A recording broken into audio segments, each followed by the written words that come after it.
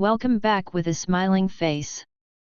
Links to previous episodes are given in the video description, so don't forget to like, subscribe and share the video. Taming the Ruthless Alpha. Episode 2. Chapter 10. Skyla. I gripped the doorknob, shutting it lightly behind me. But being honest, I wanted to slam the door or maybe take it off its hinge and toss it at Alaric's face. Just who does he think he is? I'm an alpha as well now. I demand equal respect. I deserve his respect. If he thinks I'm going to submit or force my people to submit to him because he's going to be protecting my pack, he's got it all wrong. Protection or not, I am sure my pack can defend itself from the Rogue King if we had the numbers. The time we were attacked, it was simply because Dad had refused to listen to me. But he's right. I am outnumbered if that Rogue King comes by here again. I had already told Dad our walls needed to be reinforced, but he's always wasting the pack's earnings on stupid things. All the expensive clothes he buys for himself and Mom, their expensive getaways, and their constant vacations have my pack in ruins. Maybe Alaric is right, I must strengthen the walls around my perimeters first. Then, make modifications to the pack house. Perhaps I will build rooms for the Omegas here. I'm not as cruel and cold-hearted as my dad. I do care about my pack members, but I'm used to pretending to care less about them in front of others because I don't want them to see me as a weak alpha. Alaric certainly gave me something to think about. My pack is in bad shape. The weak members are too weak, and the supposed strong ones are not strong, they're just used to getting their way. I know that. They don't train as they should. They've learned to act like glorified entitled pricks because that's what we were taught to do from an early age. To manipulate the weak and rule over them. This is the real reason I'm giving those 5 Omegas to Alaric. Not because I want them enslaved, but if someone can protect them, it's him. Besides Olivia, the other 4 are the weakest of my pack. 2 of the girls are in their teen years and were left all alone after the attack. They both lost their family, and the other 2 are a mom and daughter. The mom lost her mate in the attack as well.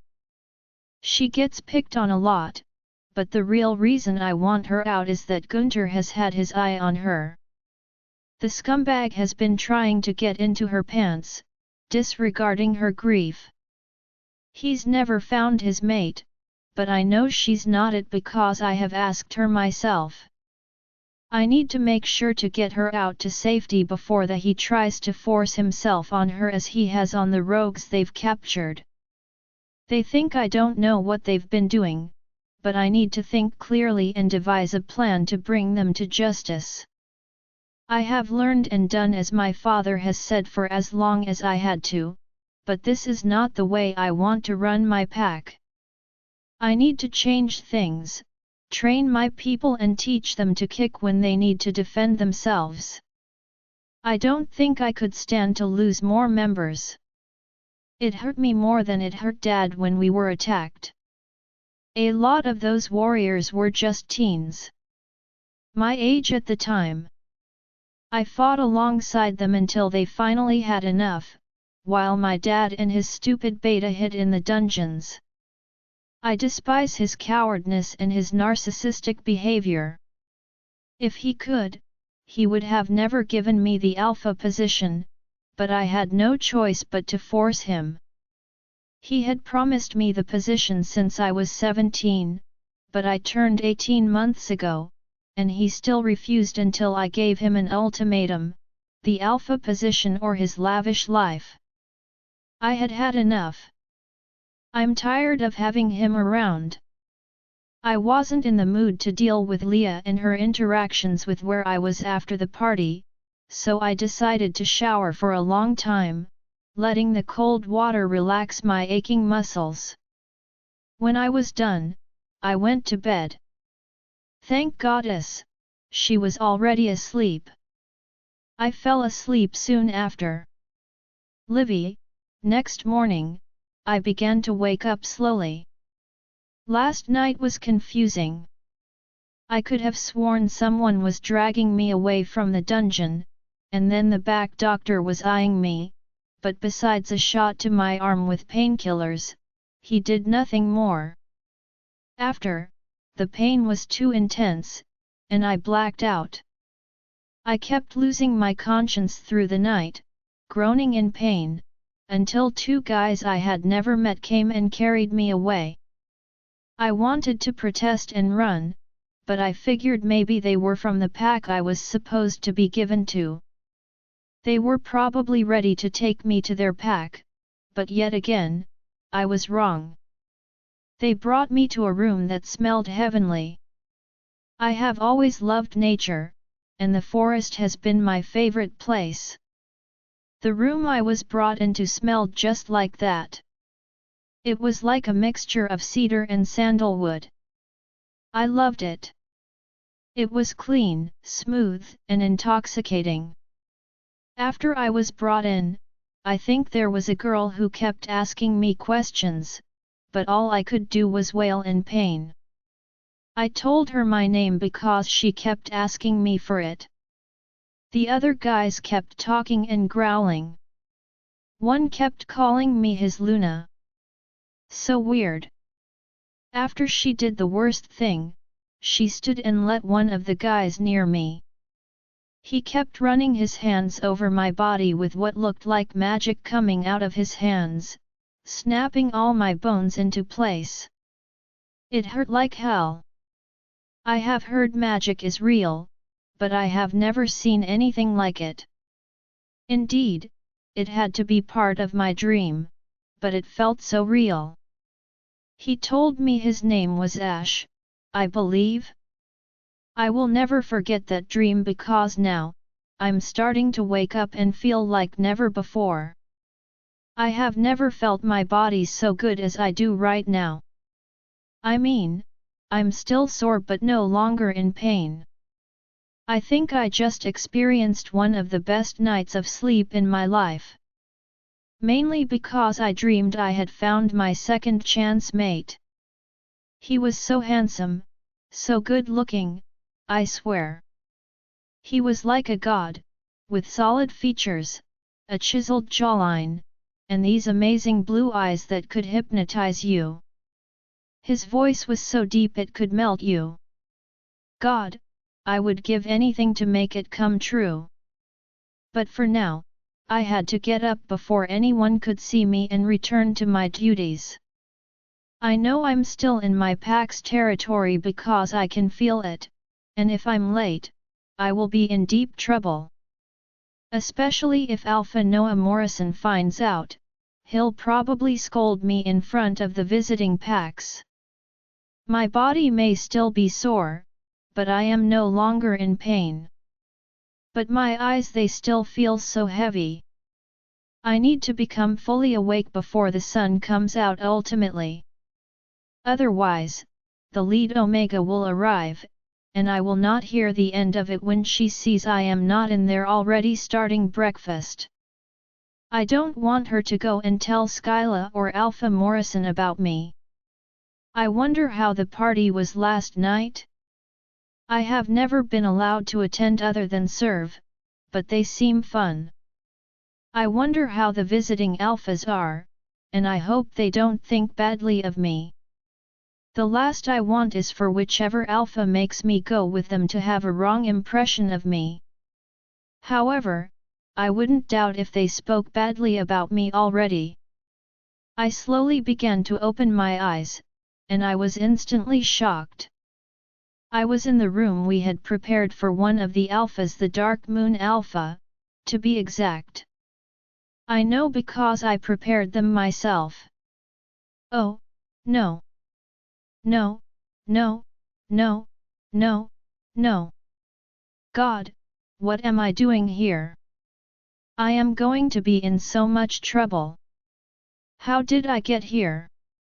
I said as I shook my head and blinked, trying to shake off my sleepiness. I slowly began to get up, shocked to see my entire body had healed.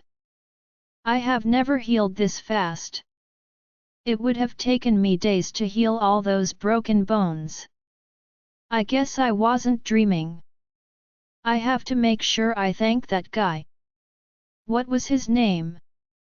I whispered to myself as I remembered the guy healing me last night. Asher, a deep voice says from behind me, making me scream and jump off the bed in shock. That guy. The guy from my dream. He's real. Mate. Freya yells in my head, going crazy as I stare dumbfounded at his body. His waist was wrapped in a towel, and his hair was slicked back and still wet as he had just stepped out of the shower. I was too shocked to move, frozen in place, as he slowly walked toward me. I took a step back, making him chuckle. "Good morning to you too, sweetheart," he says again, making me feel all kinds of things. His voice sounds so heavenly, and his body looks so good, filled with muscles in all the right places. It makes me want to touch him. He stands before me, tucking a strand of hair behind my ear, making me cringe a little. He chuckles, and I think I am going to lose it. The sparks in my body ignite at his touch. "Good to see you finally woke up." He leans down, and I close my eyes unintentionally. I don't know what he will do. "Here, Asher told me to give you this as soon as you woke up. Place a few drops in with the tea next to you. It will help with the soreness. After, if you want, you can take a shower. I'll have my sister bring you a change of clothes while you bathe. Are you hungry?" He continued to talk, asking me questions, but I was so baffled that I think I forgot how to act, how to talk. I looked at him with wide eyes, and my mouth gawked open that it made him chuckle. He grabs his watch off the little drawer by the bed and places it on his wrist. Then, he grabs his button-up, placing it on his body but leaving it open. "I know you're still disoriented, but yes. I am real." "And yes," he says, coming closer.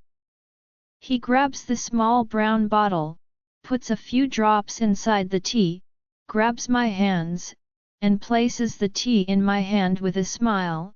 "I am your mate," he says, widening my eyes. "But how? I drink your tea first. We can talk about this later, okay? I need to get to work." "The Omega," I said, making him sigh. Closing his eyes, he reaches for his clothes. He drops his towel, giving me his back and giving me the perfect view of his firm butt and muscled back. "You no longer serve them. You're mine now, and after today, you will no longer be affiliated with this pack. So drink. I will have them bring you breakfast up here. I need to meet with your old alpha and discuss the last details. You rest, and don't forget to drink your tea while it's still hot. After you eat, you should take a bath. It will help soothe the muscles, okay," he says while putting on his undergarments and pants. Then he grabbed my shoulders, looking at me in my eyes with a worried expression. "I know you're confused. I am just as confused about many things, but all in its due time, okay," he says as he finishes getting ready. Meanwhile, I am still baffled, but I take a sip of tea. It actually tastes really good, making me take more sips slowly. It does help with my sore body. Okay, I linked my sister, I think you're about the same size as her. She will bring you clothes while you take a relaxing bath. What shoe size are you? Never mind, I'll let my sister know you need shoes. No way you're taking those, he says, looking at my torn shoes on the floor. I shouldn't take long, but if you want to take anything from your belongings, I will have my beta take you to get them. I will see you soon, okay, he says as he ties his shoes, grabs his phone and wallet, and opens the door. He's ready to close the door, but I finally get the courage to speak. Wait, I say, making him turn. What? What's your name? I ask, making him smile. He comes back and stands close, making my arm hairs stand, my heartbeat speeds, and my stomach flips with butterflies. Alaric. But you can call me Ricky, he says, lifting my chin slightly and placing a soft kiss on my lips. I close my eyes, letting out a small moan unintentionally. He smiles, content with my response to him. He leaves soon after, leaving me all alone in his room. I must still be dreaming. I'm dreaming. This has to be a dream. A heavenly good dream. I say to myself, trying to convince myself. But honestly, if so, this has got to be the best, most beautiful dream I have ever had. And I don't want to awaken from it. Alaric's POV. I made my way to Asher and Zane's room. They had been investigating what I asked them yesterday, and I wanted to see if they had anything for me before heading to see Skyla and his dad. It seemed everyone was still asleep, other than the Omegas. I could hear all the noise of pans and dishes, knives chopping, and, of course, complaining. Where is Olivia? Why is she not here yet? Is she still in the dungeons? I swear this girl is always getting into trouble. One of the older Omegas says, making me pause. No, ma'am. We overheard Leah last night talking to her friends. It's Luna Leah. We need to make sure we all call her like that from now on. Unless you want to end up in the dungeons as well. Now, what about Luna Leah? What did she say now? She says, scolding the girls. She said Libby is leaving our pack, the young girl says in a quiver. What? The older one responds. I get closer, looking at them as they talk about my mate but staying out of sight. The young girls are crying, and the oldest one places her head down, sniffling as well. I never meant to be mean to her. Me either. Or me, the young girls say, making me look down thoughtful. None of us did. And if the Alpha hadn't ordered us to treat her as such. Well, she says, making me furrow my eyebrows. Why would their own Alpha order them to mistreat one of their members? I'm going to miss her. She was the best worker. She taught me so much, one of the younger ones says. I knew it. I knew my girl had a lot to offer. I feel proud of her already. We will all miss her. First I lose my best friend, and now she. I will surely miss the girl, the oldest one says, sniffling and looking away. I can tell she's trying to fight back tears. When does she leave? She asks, making the young girls look at each other. Well, I don't really know, but Luna Molly just came a while ago asking us to bring breakfast for her and Livy in Alpha Alaric's room, she says, whispering my name. What? They all say, gasping in shock. Why? Oh, God! He's going to torture her. He's going to use her as his slave. No, the girls say, genuinely afraid for her. Maybe it's for the best, they think so. Perhaps this way, they will learn to appreciate others better. I make my way to the room where the boys are waiting. I'm eager to learn from my mate. I enter the kitchen, and they all hush, looking at me with fear. I clear my throat, clenching my jaw. Ladies! Good morning! I say, and they all whisper good morning. Alpha Alaric, I apologize. We have just begun breakfast. Can I get you a coffee while we batch something quickly for you? The oldest says. I'm guessing she's in charge since all the others are silent. Please. Also, I can wait until breakfast is done. I will be meeting with your Alpha, so there is no hurry. But would you be a dear and bring Olivia her breakfast to my room? I ask, making their eyes go wide in shock. Why your room, sir? She asks, making me chuckle a bit. Yes, my room. She will be staying in my room until we leave. Can I count on you, ladies, to treat her well for the remaining hours she has here? I ask, making them glance at each other. Of course, Alpha.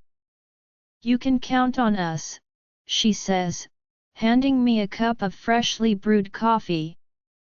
Would you care for cream or sugar? No. I like it black, like my soul. I say sarcastically, taking a sip. I wink an eye at them, turn on my heel, and leave, leaving them speechless but with great satisfaction in my soul as Black chuckles at my words. I mind linking Zane, and they open the door as soon as I arrive. Caden and Blake are already there as well, waiting for me. Morning, gentlemen, I say, closing the door behind me. Hey, Ricky. Take a seat. Blake says, patting the side of the bed next to him. I sit, furrowing my brows. What do we get? I ask, getting them to look at me with concern. There's not much evidence to do anything against Morrison right now. We need to agree to protect his pack. It will give us an advantage. We'll leave warriors to guard, and they can look around and gather evidence. Caden grabs my coffee, takes a sip, and places it next to the laptop. Which means? Caden asks, making his dad look at him worried. It means one of us has to agree to protect Skyla's pack, I answer, making them look at each other. There is a lot at stake here. I'll do it. I'll make a deal with the guy. I say, making Black growl. He feels something off, too. There is more hiding here. And I have a feeling it's darker than we think, but I'm hoping I'm wrong. Because if not, it means we weren't the only ones who lost more than we hoped for at the hands of those rogues. I just hope I'm wrong and Morrison is not secretly working with that rogue king scum, or I will make sure they both pay. And I will not have any mercy on either one. Livy, the tea was so good it made me want more. I have never had a full cup of tea, let alone while it's still warm. It was so good I drank it to the last drop. But it made my stomach grumble since I haven't had a bite to eat since yesterday morning. I decided to follow his advice, my mate. Alaric, I thought of his name out loud, making my lips tug into a smile. This is so surreal. I still can't believe it. Freya, please. Please tell me this isn't some sick joke from our alpha. This is so good to be true. I say as I pick up the towel he left nicely placed on the coat hook. It still smells like him.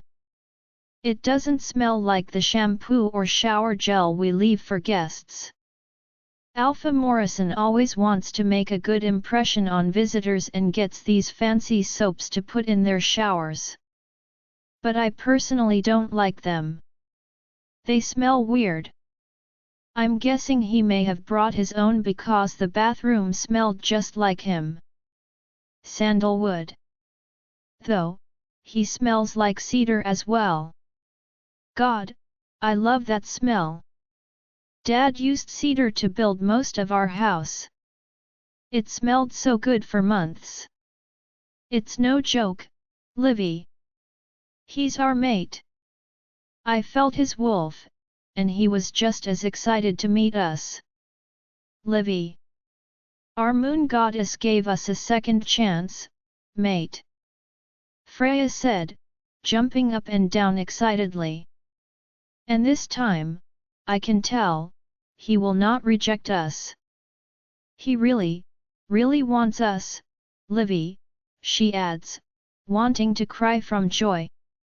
I can't help but feel a knot in my throat as well. Tears start falling, and I sit on the floor with my feet crossed, clutching onto the towel like a comfort blanket, and I start sobbing uncontrollably, holding the towel to my face and drying my tears with it. I used the towel to muffle my cry so I didn't draw attention, but I couldn't help but cry. I never thought I could have someone want me. Livy, a sweet girl's voice says, making me jolt, looking up. Why are you crying? Are you okay? She has beautiful long black hair, darker than my dark brown. It almost seems like a jet black color. She is so pretty and looks so sophisticated, wearing denim jeans and a white button-up that looks flowy and black pumps. Who are you? I say almost in a whisper. She chuckles, kneeling and sitting before me as she hugs me. Oh, Livy. I knew you may not remember me. But that's okay. You were in terrible shape when we brought you in here last night. My name is Molly. I'm Alpha Caden's wife. But I'm also Ricky's twin sister. You already met him, right? She asks, making me smile slightly. I did, I say, whipping my tears away and sniffling. Was he mean to you? I swear I'll kick him, if he was, she says, looking to the side with a glare. And no. No, he wasn't. He was. He was really sweet. I say, making her smile. She sits firmly on her butt next to me and takes my hand. Good. But, then, why were you crying? She asks, making me feel bad. No one had ever asked me why I cried with genuine concern. They just yelled at me because they would get irritated when I cried after I was hit or was being bullied. It's just. I can't believe this is true. I can't remember the last time I felt this happy. Freya says I'm not saying, but. Could you verify? It's not a dream, right? Please tell me it's real. I said, crying, turning to her. She looked at me sadly, crying as well. Oh, Livy. Of course, it's real. I promise it's real, she says, laughing, hugging me tightly. Hello. Oh, my gosh! What's wrong? Why are you girls crying? Another girl, a bit older looking but equally beautiful, came in. Oh, Selene! This is Libby. The one I was telling you about. She's Ricky's mate. Molly tells her, making me feel for crying so much. Libby, this is my mama-in-law, Luna Selene Landon, she says, making me purse my lips and nod politely. It's a pleasure, ma'am, I say, dropping my shoulders. Oh, sweetie. You are so gorgeous. But why are you crying? Did my nephew not heal you properly? I can go and get him if anything is still hurting, she asks, pointing out the door. No. No, I'm okay. Wait, Asher, right? He's your nephew? I asked, making her smile. Before I knew it, she tugged on her jeans and sat with her feet crossed along with us. Yes. Asher is my brother Tyler's son. He's the beta to our pack. Tyler is my twin, by the way. Wow! Lots of twins. I say, making them chuckle. Well, you'll get used to it. Our pack and yours have a lot of twins, triplets, Selene says. Quadruplets, Molly adds, making my eyes widen. They chuckle, holding hands together. In our pack, most girls only have one pup at a time.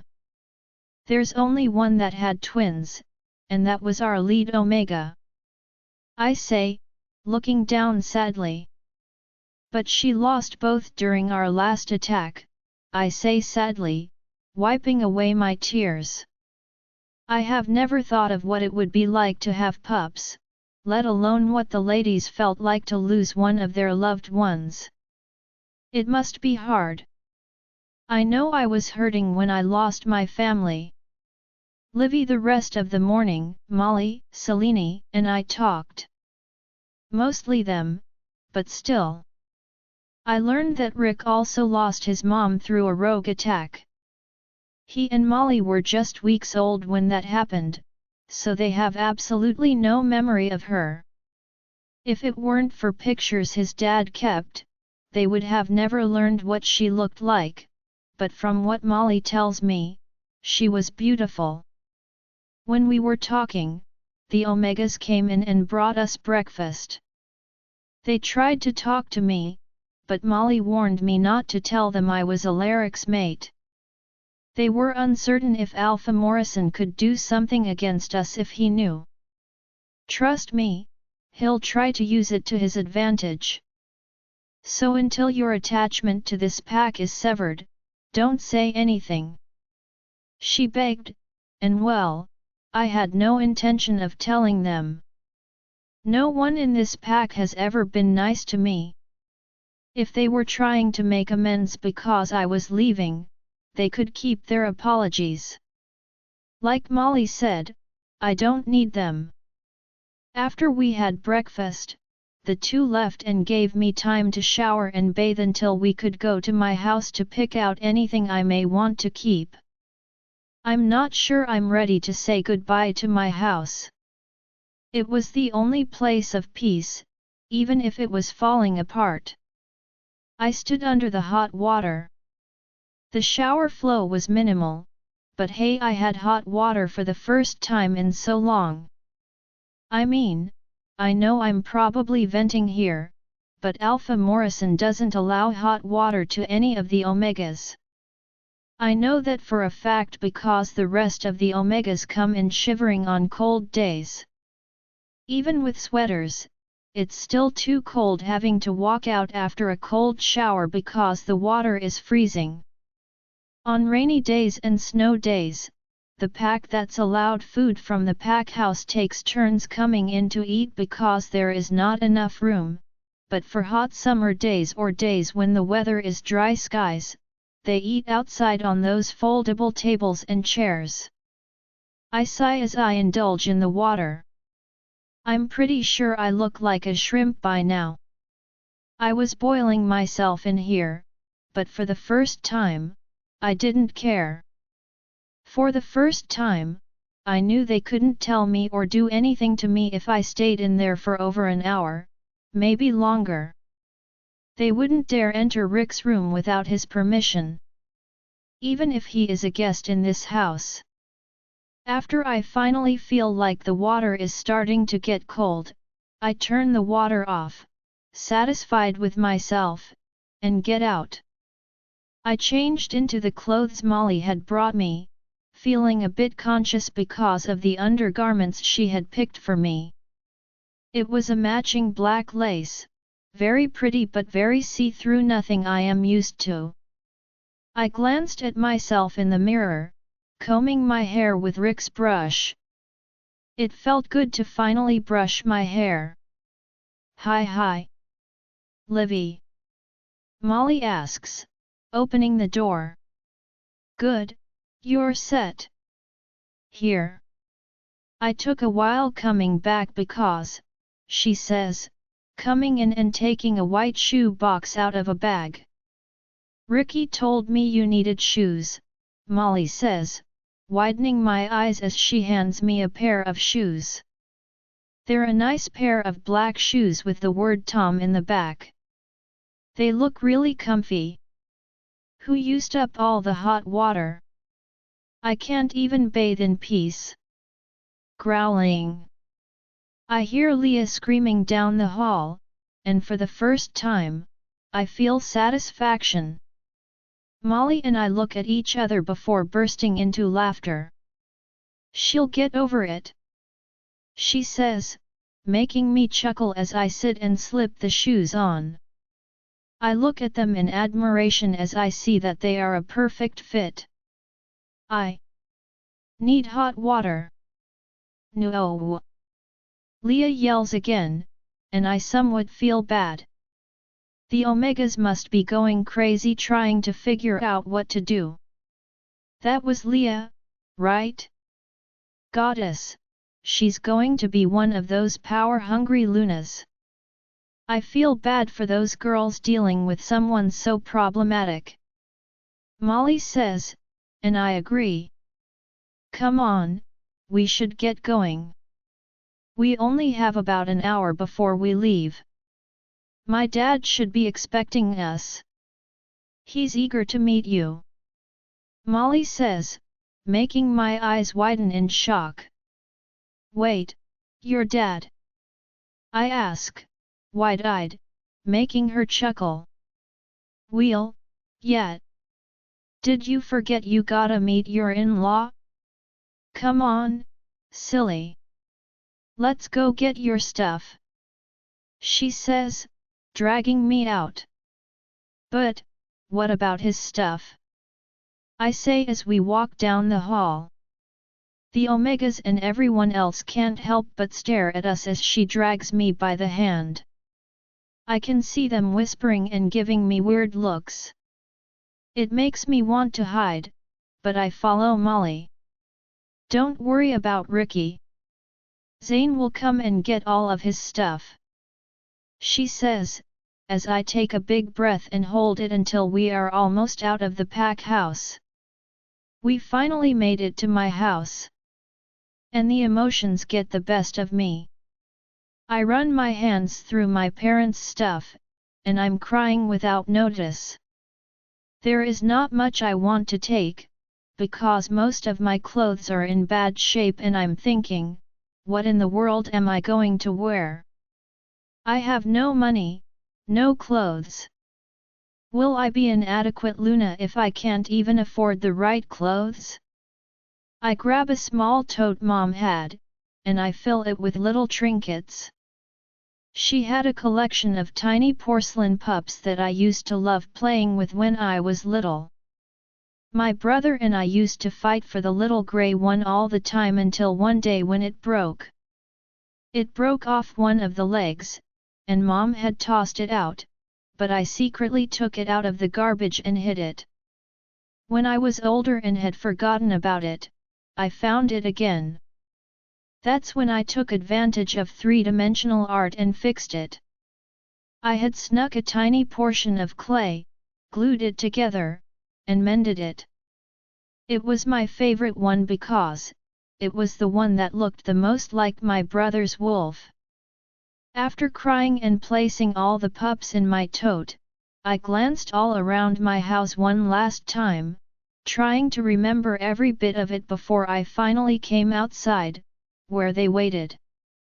When we went back to the pack, I saw him. There he was, standing in all his glory, ready to go. He sensed my presence as our scents hit each other. I couldn't help but look down to mask my smile. The other 4 Omegas were there waiting. And no one else was there to say goodbye except Skyla, his Beta, Gamma, and guards. Leah stood by the door with arms crossed and smiling in victory. But little did she know next time we saw each other, if ever, she would be looking at me with different eyes as well. We were boarded in different cars and took off. But right as soon as we were miles off the border and we all felt the pull of new to our pack brake, Rick ordered all the cars to stop. He got us out, said a few words welcoming and accepting us into his pack, and we got back in. This time he sat in the same car as me as we sat next to each other.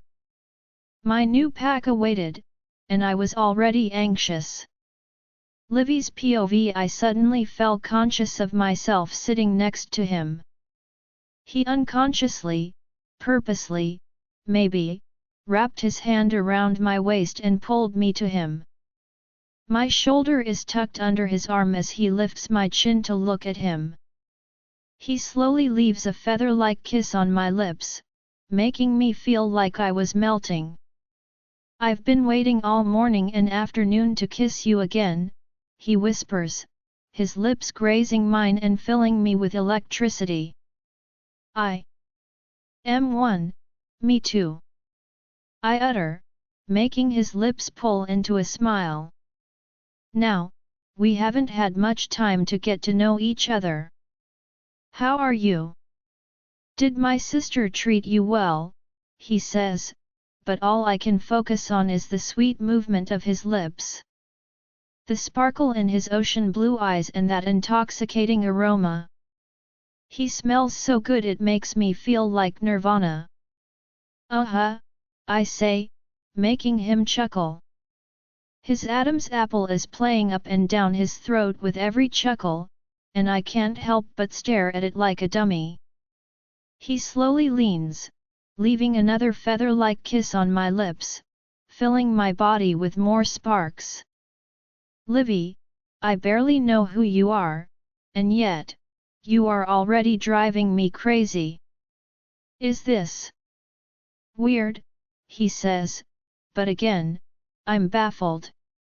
His very existence hypnotized me. Make it the mating bond or not, but my body becomes aroused, and he knows it. His eyes suddenly darken, and he closes his eyes, letting out a slight growl. "Liv," he whispers, tightening his grip around my waist. I'm sorry," I say as I snap out and tighten my legs. But the pressure between my legs just mounts, making me look away, biting my lower lip. He chuckles, looking the other way toward the window. He sensed my distress and sighed, wrapping his arms around my waist and leaning his head on my chest with a slight grunt. "There's nothing to be sorry about. I'm glad I have that effect on you. But Livy, I will not force myself on you. I will wait until you are ready, I repeat," he says, lifting my chin with his finger. "I will not force myself on you. You're what I have been waiting for all my life. I want it to be perfect when we finally do, and I want you to be ready when it happens," he says, and I sigh, but honestly, I hadn't thought about this until now when he mentioned it. Thank you. I promise I will try my best to be a good mate. I say, making him smile. I do not doubt that. Black and I sensed it the moment we met you.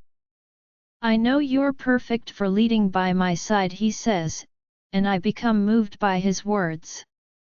I have never been a leader, not even a follower, always an enslaved person. Listen, there is a lot you need to adjust. I know you were the best in high school. You should have won the title of valedictorian, but I can guess why they picked someone else, he says, making my eyes widen in shock. How did you? He chuckles, tucking a loose strand of hair behind my ear. I know all about you. I have to, I'm your mate. Look, I know you were not allowed to take Luna classes, but if it's okay, I already began making arrangements for you to do so. You'll attend classes during the day, and once you feel you are ready, you will begin to address your duties as the Luna of our pack. If you feel you want to continue any other career, I can make it happen for you, but, he says, looking sternly at me. I am a very jealous man with what belongs to me. So you will take classes within our walls. You will start training once I see you fit. You have to eat well first, you are too thin. When was the last time you ate something? Did you have breakfast? He interrogated me, and I lost it. A big smile formed on my lips. Here is this man I just met this morning, who doesn't know much about me and still took it upon himself to care for me at night. He has so invested in us already. And it just makes me feel so loved for the first time. I lean in, cupping his cheek, and kiss him. I can't help but unbuckle my seat belt and straddle him. Our kiss heats up, and before I know it, he is making me grind on top of him. We are both aroused, and if I don't end this kiss, I think we are going to end up mating here. I pull away, gasping for air, and place my forehead against his. That was good. Really good, he says, making me chuckle. I'm sorry. I got carried away. I say, panting for air. His hands grip tightly around my hips, pulling me closer. You can get carried away with me anytime you want, he says, making me chuckle again. We begin to make out, but keeping it a notch down. After about an hour and a half, we come to an open field. A giant gate comes into view that reads Danley Farms, making me tilt my head quizzically. It's my family's last name. We needed to disguise our land so no one would try to trespass. That, he points to the big gold letters. Will soon be your new last name, he says, making me heat again. I look at him with adoration, and the gates slowly open. The driver pulls in, followed by the other cars behind us. As we drive, massive wolves dash by our sides, howling constantly and letting the pack know we are here. We drive for about 20 minutes, and each time, more wolves run by. Some look like warriors and guards, others are just happy to see their alpha back. We come up to this enormous house. My eyes widen in shock. It was easily 10 times bigger than our pack house, if not more. It was almost like a big resort rather than a pack house. How many people can you house in here? I dared to ask, making him chuckle. Easily, about 4, maybe 500 people, he says, widening my eyes. He chuckles at my reaction. The cars pull up to the house, and we are surrounded by so many people, laughing and welcoming us home. They're eager to meet you, he says, making me slightly confused. Why me? I ask, making him chuckle. Libby, we haven't had a Luna in our pack for over 18 years. You are our first line since my mom died. They want to welcome you, he says, making my heart race uncontrollably. What if? What if I let them down? What if I am not who they are expecting? I am nothing but an omega, that is all I am used to being. Serve. And obey. My heart is in my throat. I see them move to the side as an older version of Rick comes forward, and I can feel his strong aura. That's my father. He's ready to meet you, he says as he gets out of the car and goes around to open mine. I don't know if I'm ready for this, I don't know if I can do this, but there is no going back now. It's time to meet the wolves of the dark moon. Livy Alaric held his hand out for me as he opened the door. Everyone gasped, murmuring among themselves. At first, I was very self-conscious. I had been used to the Silver Moon pack always talking badly in front and in my back. So it threw me off to see them smile, and I couldn't help but feel happy. I could hear them praising and welcoming Alaric with open arms. My! She is gorgeous! Just like you said, my boy, the man's deep voice says as he comes in front of me, and cups my face with both of his hands. He kisses both my cheeks and on my forehead. His hands felt so warm and loving. They were strong, rigid, and callous, but warm and welcoming. Just like Ricky's hands, except, Ricky's were special. They held me in a loving way that made me feel wanted and protected. Dad, this is Livy. Livy, this is my father, Lucian Danelli, he says, placing his hand on the small of my back. He bows like a gentleman, making my eyes widen. I had never had someone greet me so properly. One of the eldest ladies makes her way forward. She comes before us, cupping Ricky's cheeks, kissing his forehead, and smiling at him. Welcome back, Alpha Ricky. And you brought us a beautiful girl, the lady says, looking at me as she holds his hand. I did. Her name is Olivia. Livy for short, he says, and she smiles.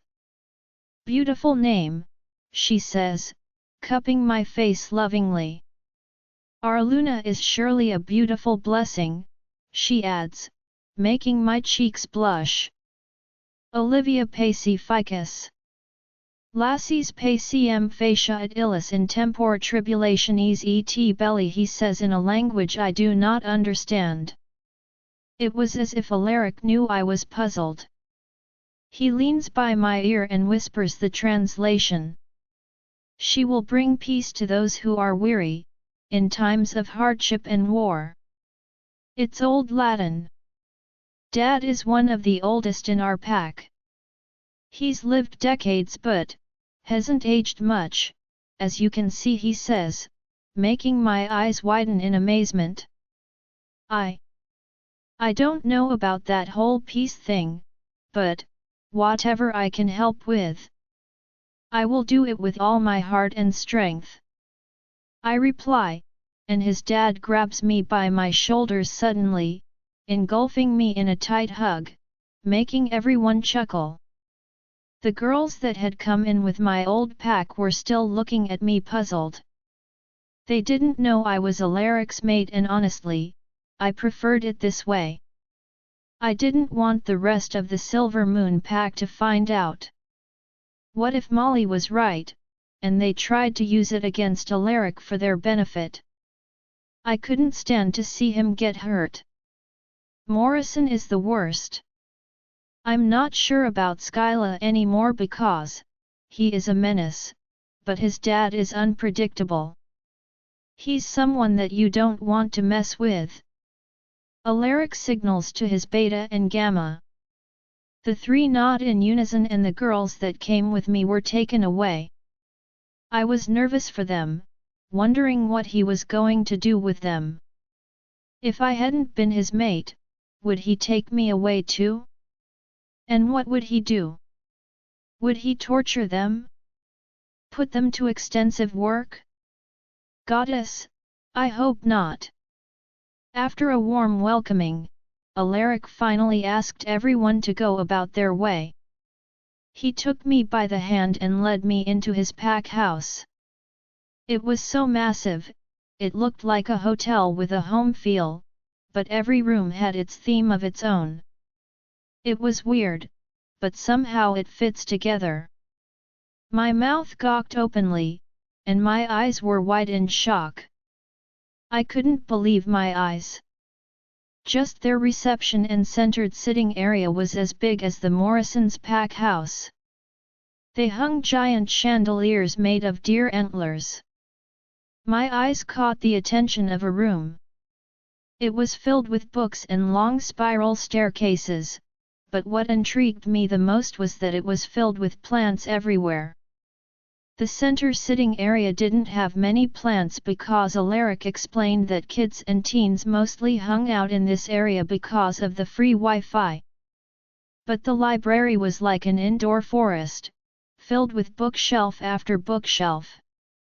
Books of all kinds, including historical archives of their pack at the very last floor. There's an underground floor? I asked surprised, making him chuckle. 3 floors actually. One is for all of our archives, one is a cellar for all our wine and another for emergency purposes. I could only imagine. The death of their mom had left a great trauma. They had built a better refuge for the pack in case it ever happened again. We also have game rooms, and theater rooms, outside and inside, but it's mostly occupied by the new mating couples, so I think you can imagine what goes on in there, he says chuckling, but I could see his cheeks become red with embarrassment. He was cute, too cute. Listen, so I wanted to go over a few things with your fellow pack members. But if you don't mind, I'd like you to be there. Take it as your first Luna assignment. Is that okay? He says, making me give him a worried look. He stops, grabs me by the waist, and pulls me flush against him. My hands rest on his chest, and I will be honest, I could let him hold me like this all day if he wanted. Don't worry, it's nothing bad. I just need to go over a few things with them. They are being shown to their rooms at this moment, so if you want we can go for a tour, he says, making me smile. So he held my hand, showing me every corner of the house and the surroundings. I smiled so much my cheeks hurt. I have never felt so welcome in any place as I do here. He even took the time to show me out where they had fields of crops and different orchards. But my favorite was the vineyard in one of the fields next to the library. All through the pack house and in different corners of the territory, there were picnic areas and resting areas for the members, along with fire pits, comfortable sitting areas and playgrounds for the smallest members. I have never seen a pack so invested in making sure their members were well accommodated. But I liked it. I really liked it, and maybe I'm wrong, but I'd love to see the green face of jealousy if Leah ever saw this pack's territory. We finally made our way back and we were greeted by a group of teenagers who had no doubt in coming to hug us. The girls grabbed and played with my hair. I had long brown hair that went past my mid-back, almost touching my waist. It curled a few strands here and there, but I rarely kept it down. Alright guys, go on and get homework done. I'll see you all for dinner. Alaric says, giving high fives to the boys. See ya, Alpha. Bye, Luna, they said, making my cheeks red. I am yet to get used to the title. Come on, the girls are finished setting up in their rooms. I know it's late, we should go and get lunch with them, he says, pulling me into the dining room. Again, I was left speechless as we walked in. Their dining room was so big it looked like a fancy restaurant. Almost toward the end, right by the kitchen, the girls were sitting, giggling, and eating. The smallest one with her mom was so happy, drinking a milkshake. So many take for granted what they have that a milkshake is not a grand thing, but for us, who have never been privileged, to have a milkshake was only in dreams. A dream that Alaric has now made it possible for these girls. If only Skyla knew that by him trying to get rid of his weakest members, he had given us the opportunity to live a better life. A more peaceful life. A happier life. The smallest one sees upcoming and quickly gets off her seat. She is no older than 10, but she is so thin, she easily looks like an 8-year-old. She runs to us, hugging Alaric around her waist tightly, and closing her eyes with a huge smile. Thank you, Alpha. You are the best Alpha in the world, she says as she chokes up and begins to cry. Alaric pulls her off gently, getting on his knees to her eye level and wipes her tears. Hey, it's okay, sweetheart. Why are you crying? You didn't like your shake? We can you another one, he asks, but she shakes her head no. I really liked my room, and my mom. She hadn't talked or smiled since Dad died. Alpha Morrison said you were going to make us slaves, and I was so scared. But you're the nicest person I have ever met, she says, not being able to hold herself together as she continues to cry. Her mom is now close to us, her hands forward and looking worriedly at her daughter. Alpha, I'm so sorry. I don't know what's gotten into her, she says, trying to apologize. Alaric smiles and wipes her tears. You don't need to apologize. I'm only doing the humane thing for you guys. I promise you, you are all safe here, he says, taking my hand and holding the small Omega's hand as we walk to join the rest. We sit with them, and at first they are very shy, even to take another bite of food. What once was a forbidden thing to sit by the Alpha, we were now sat in front of him. He chuckles, gesturing the girls to continue. Girls, please. Eat. Your food will get cold, he says, and then waves to one of the girls passing by. She's wearing a white button-up, black slacks and hair nicely done in a high ponytail. Good afternoon, Alpha. Good afternoon, Luna. Are you ready to order? She says, making my eyes widen. Yes, 2 burgers, fries, and Libby, do you want a soda or a shake? He asks me, but I am left baffled. This is a restaurant? But I thought we were in the pack house. I ask, making him chuckle. It is. But there's no point on making my girls cook 100 or more of the same plate when not everyone wants to eat the same. Everyone in our kitchen is a worker. They get paid to cook what you want. This way, everyone sits and eats what they want, when they want. The only time we all sit together is dinner.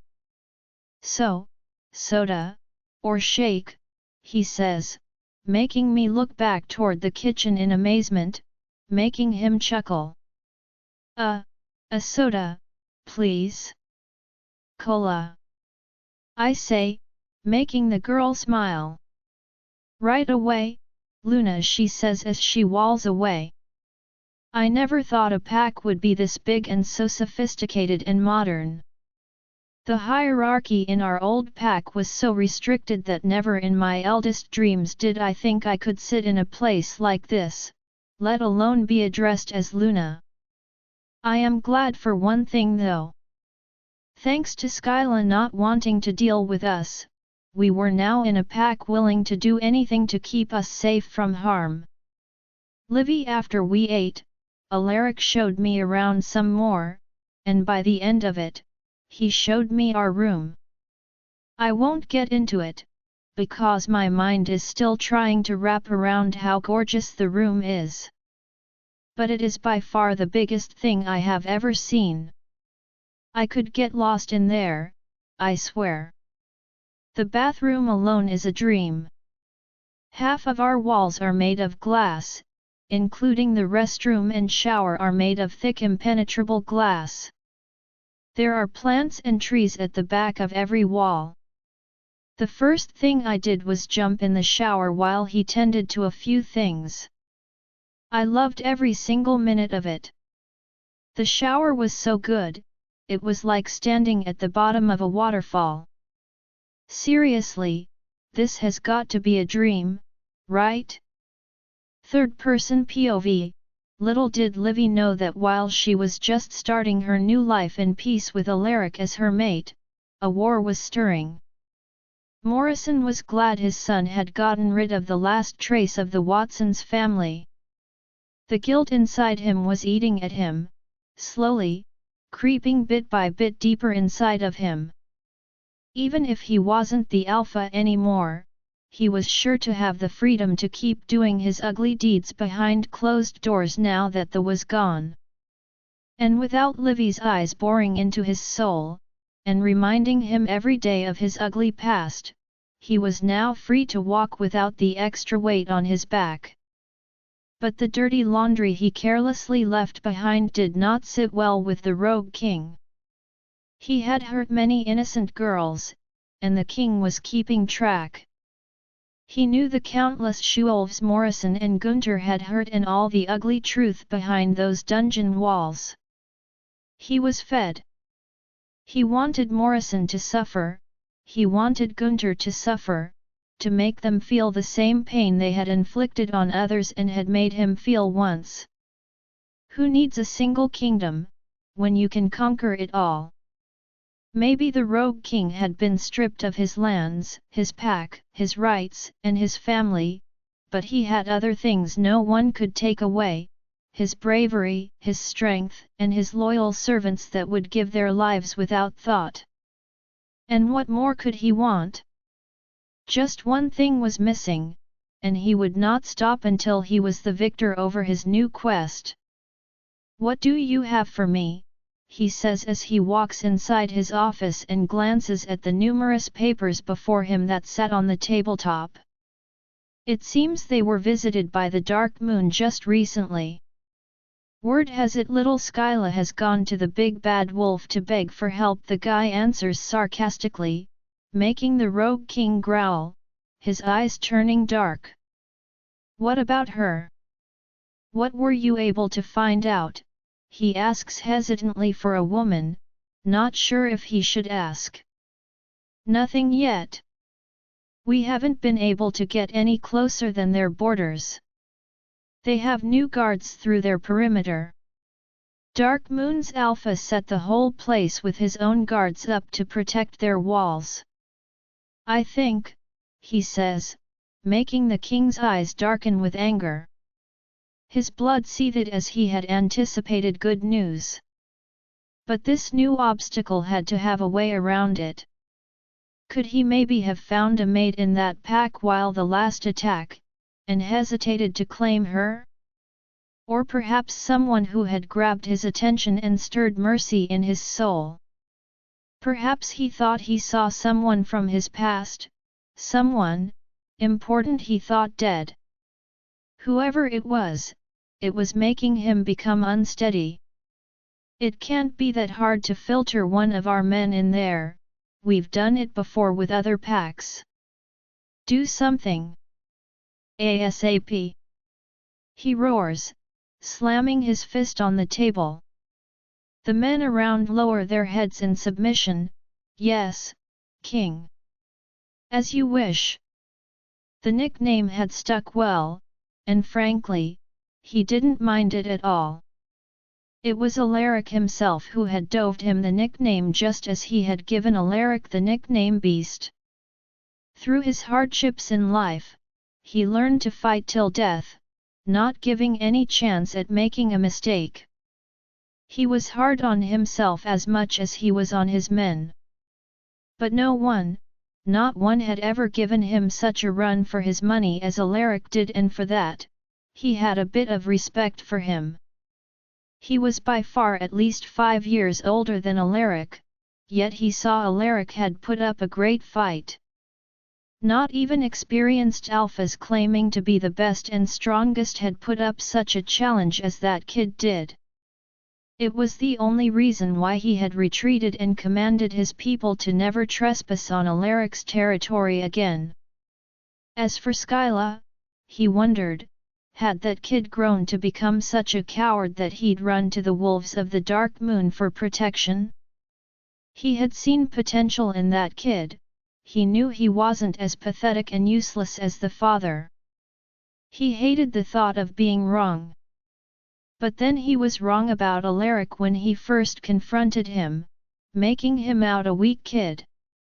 He rubs the back of his head, grunting in frustration and crumbling the paper under him. His frustration has got the best of him. He had planned to invade the Silver Moon Pack days ago, but out of separate events, he had retracted his order of attack. That day, he spent it in isolation, locking himself in his room all day and directing everyone to stay away as he desired solitude. Now he wishes he had gone. The Dark Moon was now involved with a territory he wants, and not even Alaric will stand in his way. If he can't have it, he will make sure to destroy it. No one will have it, especially Morrison, or his kid.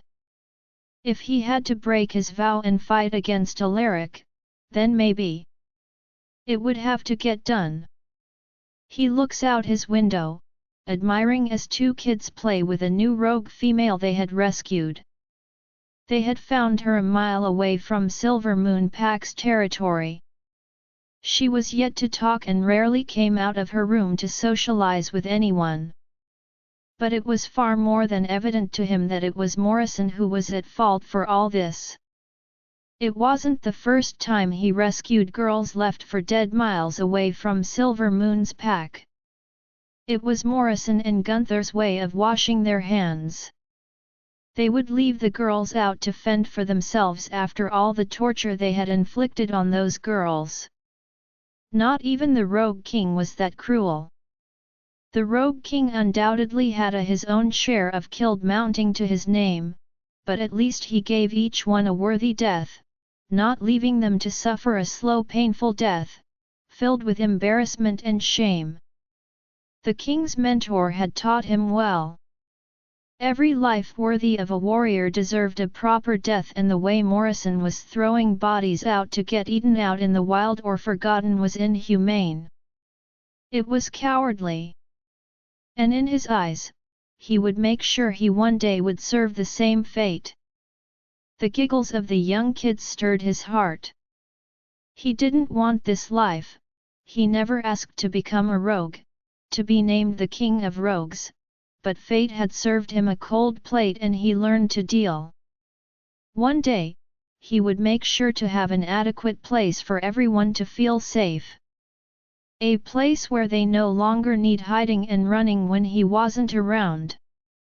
A place he'd call H0ME, and maybe then, he'd be ready if a mate came along. Livy Luna, this way, Come take a seat with us please. Alpha will be out in just a few more minutes. Would you like a drink while we wait for him? Rick's beta, Zane asked me with a smile as I made my way inside the winning room. Everyone sat on different tables with either family or friends. But it was different here. Everyone smiled, they enjoyed themselves, I mean even the girls serving tonight were happy.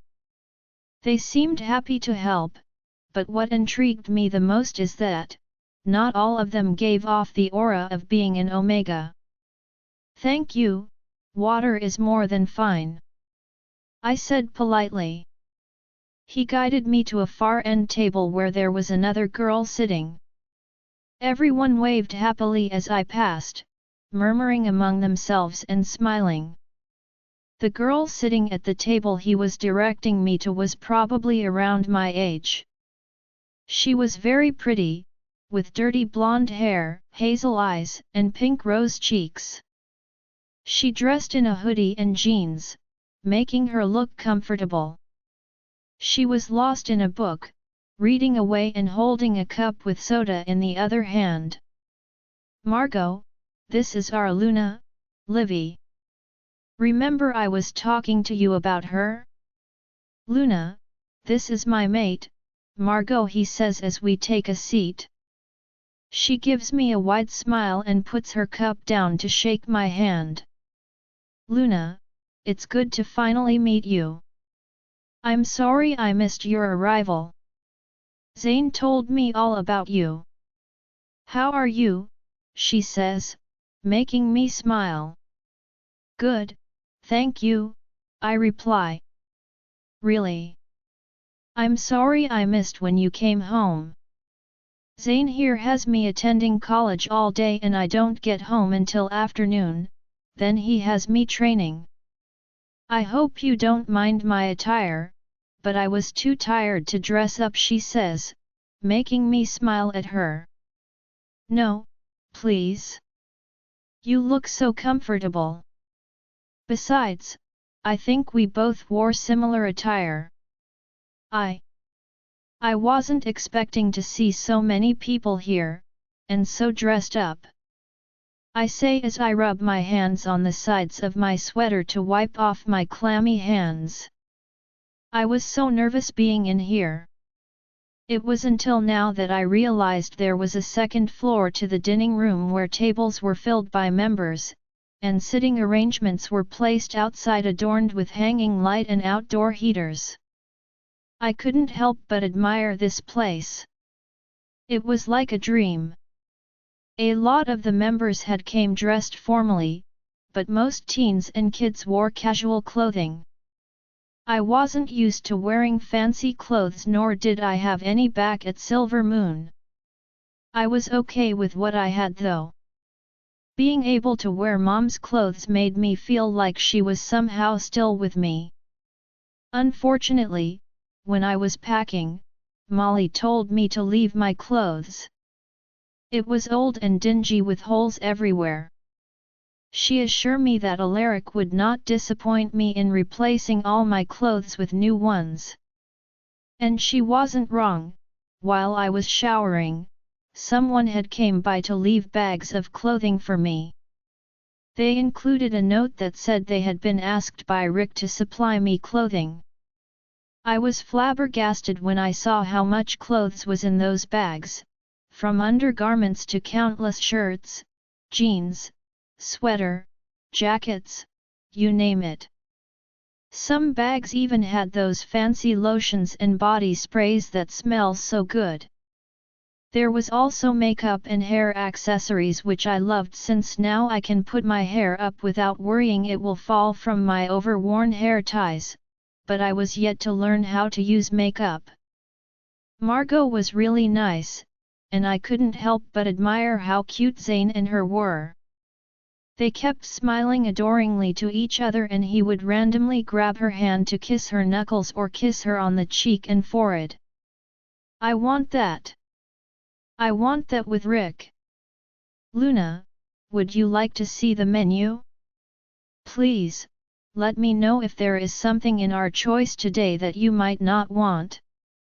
Someone will bring the bottle of wine that Alpha asked for tonight in a bit, a girl says with a smile, handing me an 8x5 beautifully decorated sheet with the menu written on it. Thank you. But I've never drinked before, I said, making her chuckle. No worries, I can bring you a soda, she says, making me smile. We will just have to ease you on bit by bit, sweetheart. Alaric's voice sent shivers down my spine as he walked toward us. His walk alone had me drooling. Alpha. Good evening, the young girl says as she bows politely. Hi, Jen. Please, tell everyone to start serving. And, bring a bottle of peach soju for Luna, will you? We'll start her off with something on the sweeter side, he says, making my cheeks turn red. The girls began to serve and everyone enjoyed their meal. We had an amazing time eating and talking. Zane and Rick told me stories of their childhood, funny and sad ones as well. It was evident they had lived a life of struggles in the first few years, but his dad never gave up in bringing them up again. We had nothing, Liv. And I mean nothing. If it wasn't for Blake and his pack, the connections he had with other packs that helped us, I don't think we could have gotten back to our feet, he says, lowering his head. I hadn't seen his dad, which was odd. I figured he would sit with us. Alaric, where is your dad? I asked in a low tone as he sipped on his wine. I was yet to finish the glass of peach soju he had poured for me. It was good, really good, and sweet, but it still burnt my throat a little. I wasn't used to drinking alcohol at all. He went to visit Molly. They have their annual picnic this weekend. He'll be back by next week. He usually stays out there for a week or so to spend time with her, he says, making me smile. I liked Molly, she was the nicest to me. By the end of dinner though, I began getting a headache, and my insides felt hot, heavy, and painful. I don't know what is happening, but I think Alaric noticed. He excused us once he saw I was getting dizzy. Before I could comprehend what was happening, he lifted me bridal style and ran to our room. Alaric. What is happening? My body feels like it's in flames. I can't breathe, I say as I hold him tightly around his neck. I can see him clench his jaw as he opens our room door and softly places me on the bed. Libby, you're fine, sweetheart. But listen, I need to leave you. If I stay I might do something to you. I made you a promise, I would wait for you to be ready to be with me, and I am keeping my word. But for that I need to leave now. What? No. Please. Don't leave me, I don't know what's happening to me. I need you with me. I say, gripping my stomach as another wave of pain comes through. Livy, you're going into heat. Your pheromones are driving me insane, I need to leave, or I will end up ripping off your clothes and taking you now. I need to leave, but I will send help. I will ask some of our female nurses to come by and help you. Don't panic, okay? You'll be fine. You're strong, Livy. You can handle this, but I might not be able to. That's why I need to leave, he says, but I clutch my stomach again, curling into a ball on the bed. This heat thing. I had seen it before, but I never thought it would hurt this bad. Usually, when one of the girls in our pack would go into heat, Psykiller would gladly sacrifice himself and do them the favor if the girl's mate didn't want to. It was disgusting, to be honest.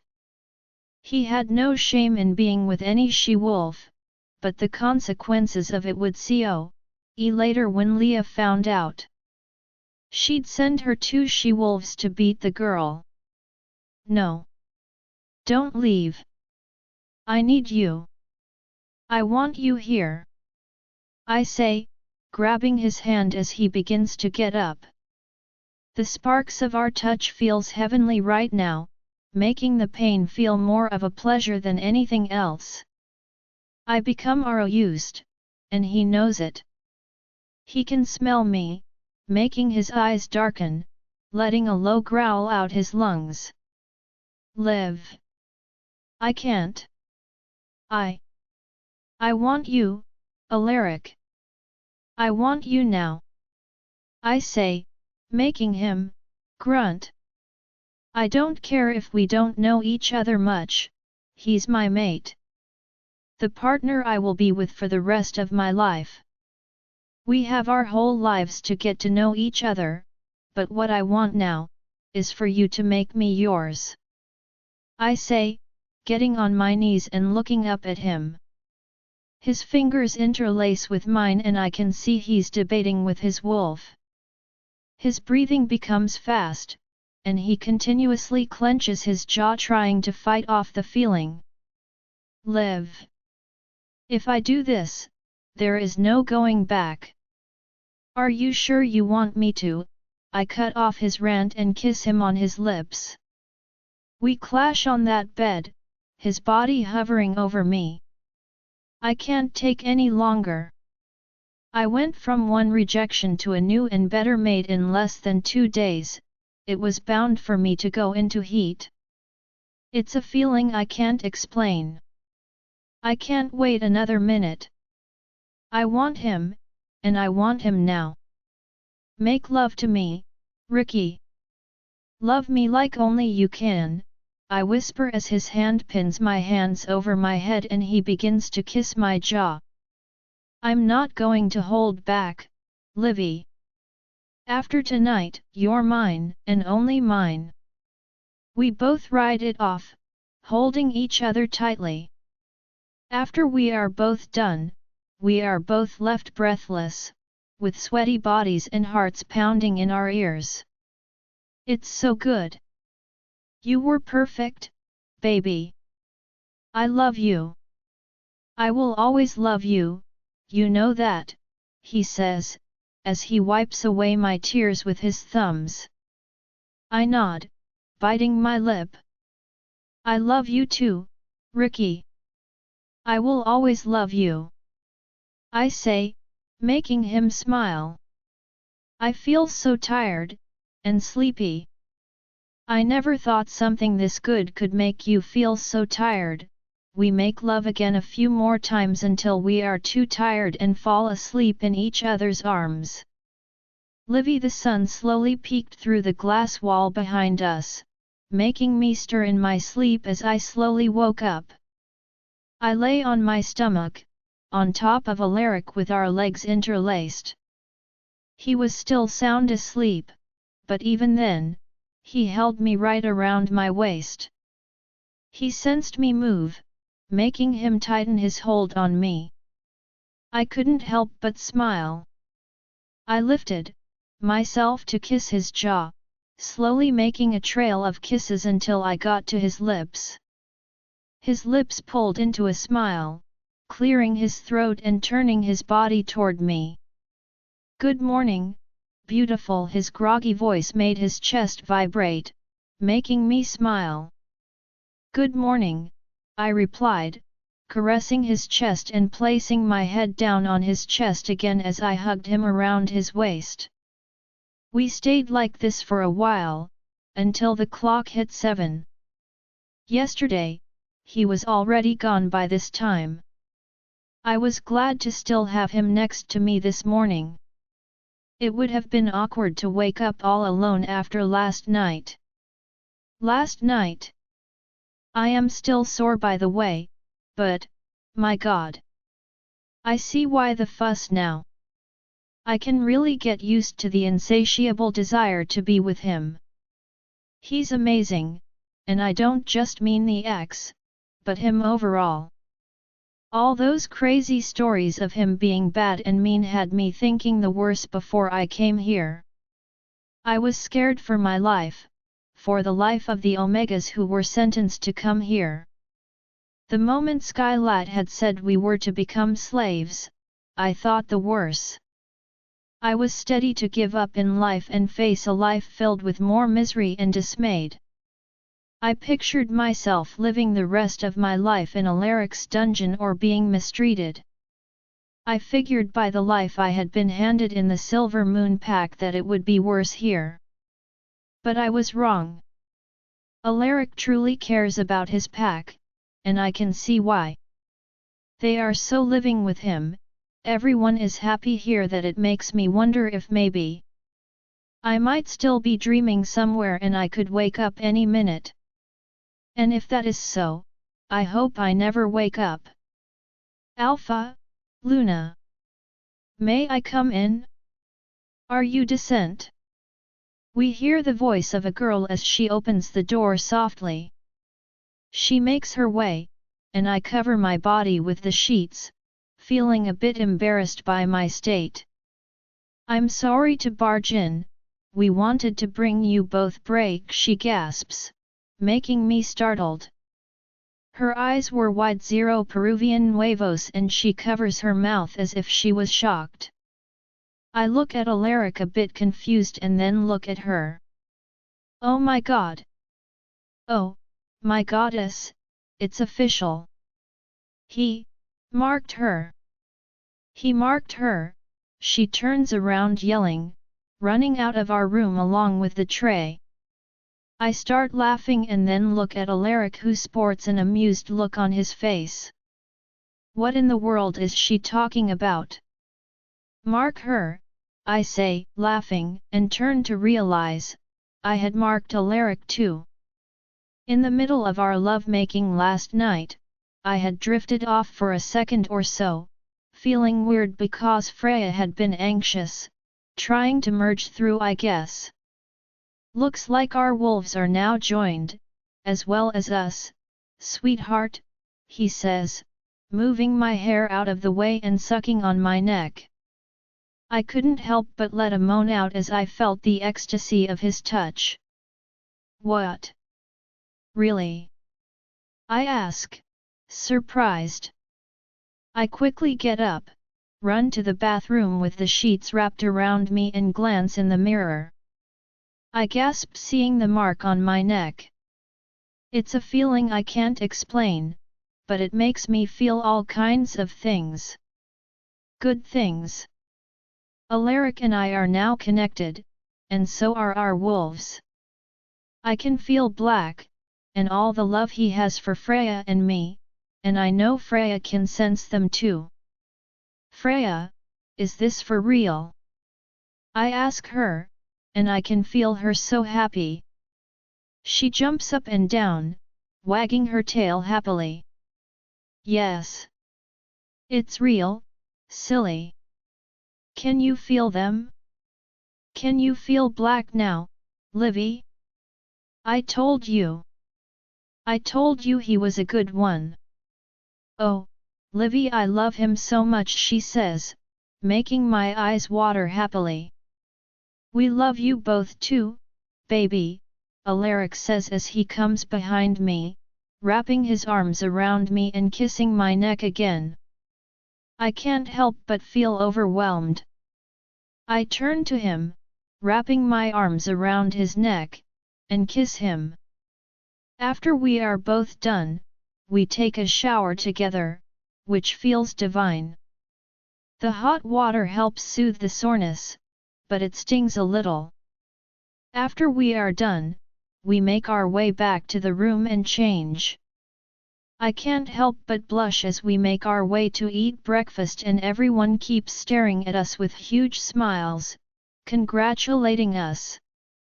Why are they making it seem like this is a big deal?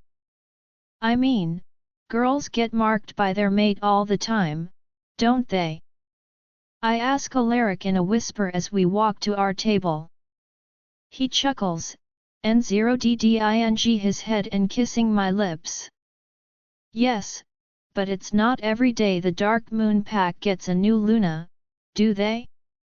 You are our first Luna since my mom passed away, Libby. For them, and me, it's a big deal, he says, making me blush. We eat our breakfast, and after that, he leads me to his office. It's pretty huge, and he has his sitting area with bookshelves stacked high with books. His desk looks fancy, clean, and very expensive. Take a seat. The professor should be getting here soon, he says, making my eyes widen. Professor? I ask, feeling a bit dumbfounded. Yes. I told you, I'd look into getting you started on school. Now, your first task as Luna is fattening you up. So eat when the girls take your food. Next, you will be taking Luna lessons in the morning and afternoon. Then at night, you will be taking N0RMAL college courses and Professor Olivia will help you to choose what career you want to pursue, he says, making me smile from ear to ear. For real? You're not kidding with me, are you? I ask, making him chuckle. Of course not. Livy, I was serious about what I said. I want you to be fully prepared for anything. And I'm not just talking about training. That will come after. We need you to sharpen academically. I know you're smart, very smart, but I want you to expand your knowledge to the fullest. Whatever career you want to pursue, I'm here to support you. Alpha, can we come in? One of the girls who had come from the other pack with me says, knocking on the door and asking for permission on the other side of the door. I told you, just go in. He's waiting. Come on, the four of you, make your way inside. Zane adds, opening the door and leading them in. Alaric knew the two girls were nearly 16 years old, but they were not allowed to go past 8th grade. Alaric was pretty mad when I told him. So, on top of signing me up for college, he has the girls return to school. He didn't want them to feel left out, so by night they would catch up on missed classes while attending with their peers during the day. The oldest Omega had to do the same. She would attend her normal duties during the day while taking private classes during the night, and her daughter was placed in school as well. Unlike Silver Moon, who had to share schools with other packs, making us travel for nearly an hour, Alaric's dad had established schools within the pack. We had a total of 2 high schools, 2 middle schools, and 4 elementary. The only thing we didn't have was college, but the professor, though he was human, was a good friend of Alaric. He made sure to register us as if we belonged to elite families and had private lessons inside our pack house. Each week, he came and dropped all of our assignments and books. We took all of our tests the day he came back and then studied, and did our assignments on our own while also attending virtual lessons online. I had not asked the Omegas what their names were until now. The oldest was Anna, her daughter Abigail, or Abby for short. The 2 teen girls were Chelsea and Cassidy. Both girls were cousins, and both had lost their entire family. I was distraught by this news. But, Alaric was right. I doubted myself too much, but if Goddess chose me for Alaric's mate, it was because she knows I am capable of doing my job. I'm putting my foot down. I'm going to do my best and try my hardest to become the best Luna this pack has ever had, and to make sure these girls are protected. I'm done hiding and cowered away. This is my new life, my new opportunity, and I won't take it lightly. Rogue King, don't you think it's too soon, Alpha? Alaric still has his people there.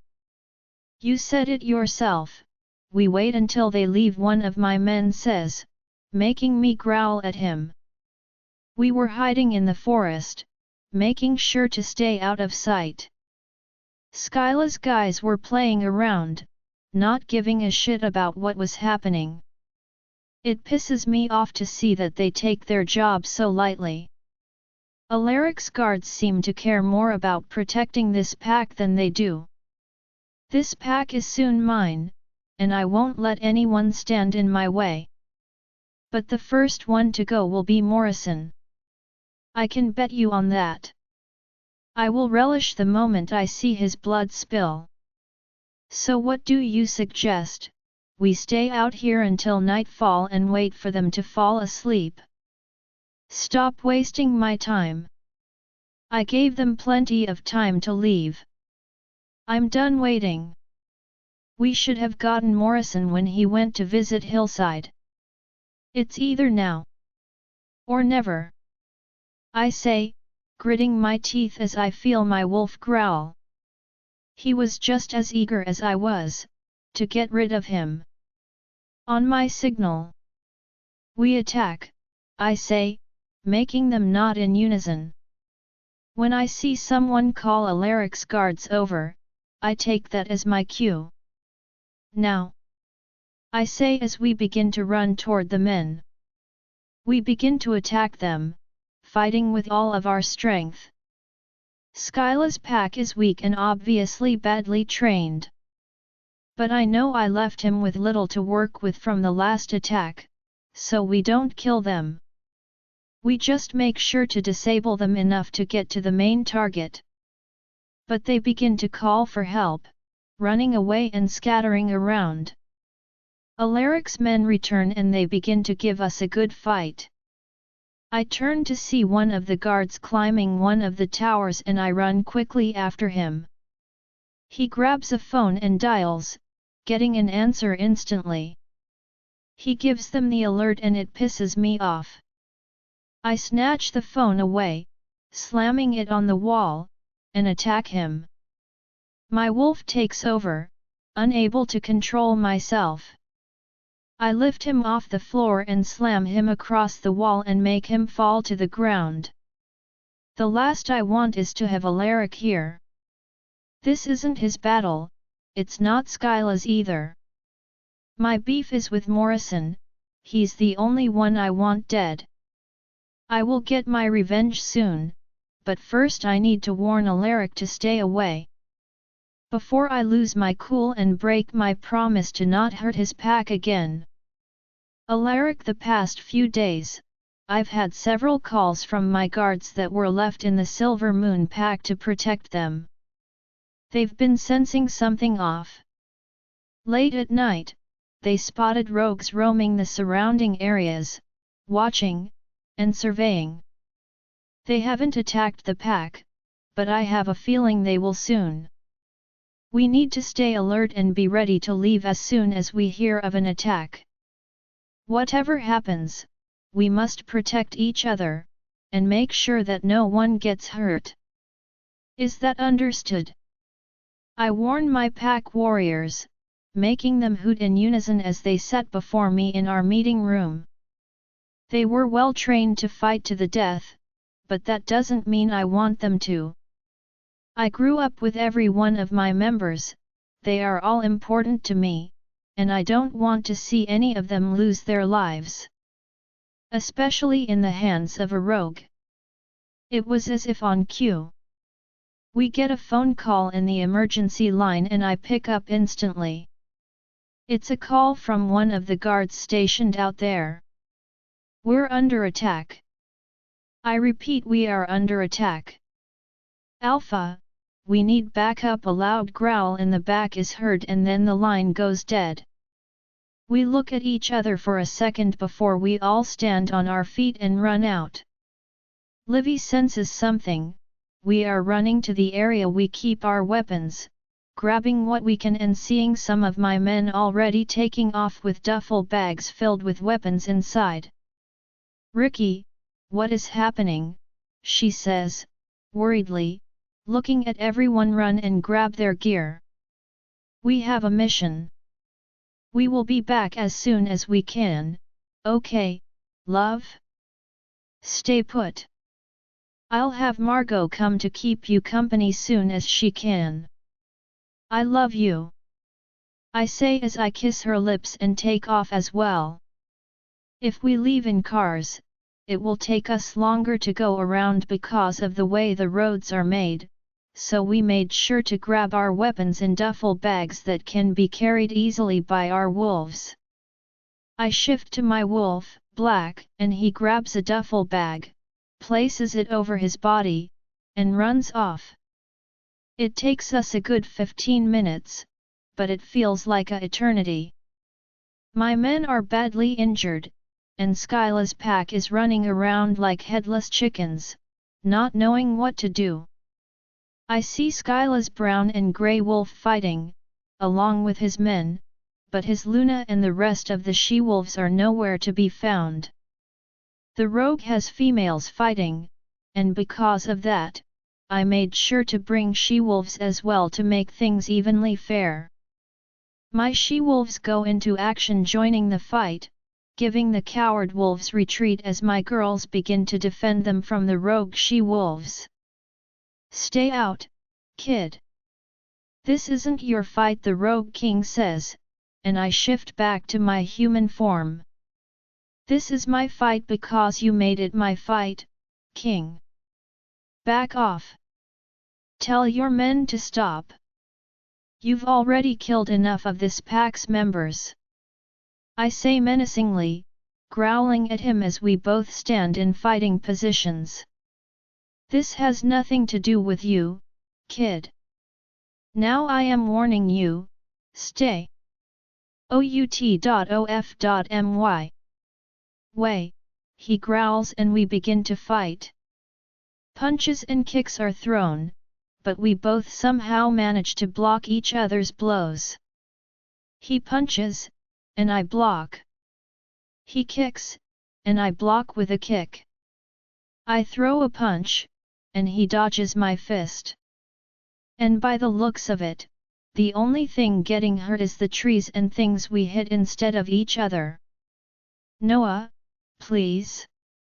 Stop pulling me, you're hurting me," Morrison's wife yells, making him turn.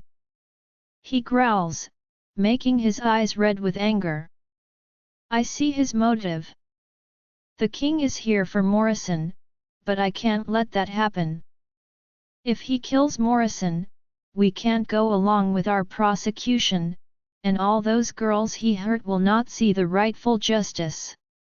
Killing him will only give him the easy way out. The king is ready to attack him, but I stand in his way. "Stay away, kid," he says, getting on my face, but I don't budge. "No, king. Call it off. You don't want to do this. Noah will have what's coming to him, but this isn't the way," I say, but he gets irritated. I manage to distract him enough though, and Morrison escapes, for now. He is so pissed, we begin to fight again until we are both too tired. Many are injured, including him and me. I have cuts everywhere and he looks just as bad.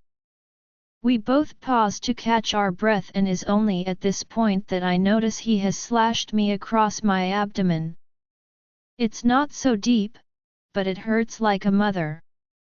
That's when I realize, his sword has been dipped in wolfsbane, and I begin to feel lightheaded. I fear he will take advantage and finish me off here. He comes closer, and I hate to admit it, but I think I might be done for if I don't keep fighting. I put up my fists and stand ready to keep fighting. He looks to the side, and we both see that Skyla has been knocked out. He's not dead, but he's out cold with a blow to the head. He growls and gives the signal to his people. They all stop fighting and take off to the woods. This isn't over, kid. Morrison is mine, and not you, or that kid will be able to stop me from killing him. Next time you stand in my way, I won't be too kind, he says as he turns and walks away. My men are ready to go after him, but I stop them. Our fight here is over. Let's get home, I say, getting them to nod. No one died, and that was a big relief. Skyla's Luna finally comes out of hiding, making me nod. I know I should be glad that she didn't get hurt. I would probably do the same and tell her to hide, but she should have made her way out here to drag Skyla to safety when she saw him down. Thank you, Alpha. We are forever in your debt, she says, making one of my she-wolves chuckle, making her give her a deadly growl. Don't get things wrong, Luna Morrison. The only reason I came to help was to stop any more bloodshed. But you really should train your people to at least put up a good fight, not cowered away by hiding somewhere, I say, making her gasp in shock. She is ready to mouth off, but I am in no mood to hear it. Get him some help. You can at least do that, can't you? I say, turning on my heel and taking off. We take off running, but I am still hurting by the wolfsbane. I slowed down, and the rest of my warriors do the same, walking beside me as the adrenaline slowly fades away, leaving soreness behind. The walk is long but much needed. When we finally arrive, Livy is in front of the pack house pacing back and forth. Her eyes are wide and she takes off running toward me when she sees me. Ricky, she yells, wrapping her arms around my neck as she begins to cry. What happened to you? Who did this? I swear I will rip them apart. Oh baby, look at you guys. Are you hurt? She says, looking at my other warriors. They are all touched by her concern as she begins to cry and hugs all of us. The girls hug her, looking at her as she goes all mama bear on them. She mind links the pack doctors who instantly come and drag them away, but she takes me to our room where she personally begins to heal me. She cries silently as she slowly begins to clean the blood off of me. There's a lot of blood, but it's not all mine, which I think scared her the most. The only problem was my stomach, it was healing too slowly because of the wolfsbane. But she managed to clean it without hurting me and wraps me in a clean bandage with ointment. Seeing how Skyla's mate cowardly hid away made me realize that I need to train Livy. I need to make sure she can fend for herself. What if I hide her away, but then they still manage to get to her? I would die if anything happened to her, but not before I kill the culprit of her afflictions. Join our Facebook and WhatsApp group for more updates, link is given in description. Rest audiobook will be continued in next episode.